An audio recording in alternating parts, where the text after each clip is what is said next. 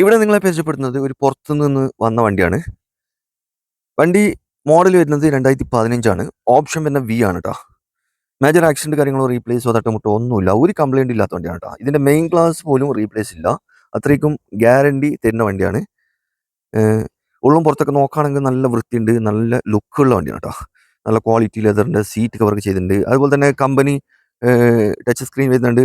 പിന്നെ alloys V ഓപ്ഷനാണ് വരുന്നത്. അലോയ്സ് കാര്യങ്ങളൊക്കെ ഉള്ളതാണ്. ഏകദേശം മീറ്ററിൽ കാണിക്കുന്നത് 1,40,000 കിലോമീറ്റർ ഓടിയിട്ടുണ്ട്. ഇത് ജെനുവിൻ കിലോമീറ്ററാണ്. കമ്പനി സർവീസ് കാര്യങ്ങളൊക്കെ ഉള്ള വണ്ടിയാണെന്നൊക്കെ പറയുന്നുണ്ട്.